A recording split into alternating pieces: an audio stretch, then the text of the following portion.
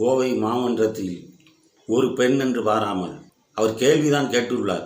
40 கோடிக்கு ஒதுக்கீடு செய்யப்பட்ட நிதி முறைகேடு நடந்துள்ளது என்று ஆடிட்டர் முதல் அனைவரும் சொல்லியிருக்கிறார்கள். அந்த மாமன்ற உறுப்பினர் அந்த கேள்வியை எழுப்பினார். அந்த கேள்விக்கு பதில்தான் கூற வேண்டும். ஆனால் கட்சி ஒரு பக்கம் இருக்கட்டும், எந்த கட்சியாகவும் இருந்துட்டு போகுது. முதல்ல அது அவங்க ஒரு பெண், அந்த பெண் என்று மதிக்காமல் ஒருவர் பெண் என்று தள்ளி விடுகிறார். அந்த பெண்ணின் சேலையை பிடித்து இழுக்கிறார்கள். இது என்ன ஒரு கலாச்சாரம்? இவர்கள் இதே தான் தொடர்ந்து செய்து கொண்டு இருக்கிறார்கள். இந்த திமுகவுடைய காலங்காலமாக அந்த பெண் இதற்கு முன் அவருடைய தந்தை மேயராகவும் இருந்துள்ளார்கள்.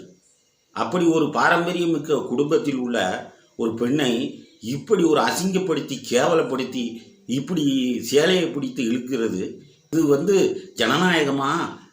கேள்வி கேட்டால் தப்பா? இதற்கு முதல்வர் கண்டிப்பாக நடவடிக்கை எடுப்பார்.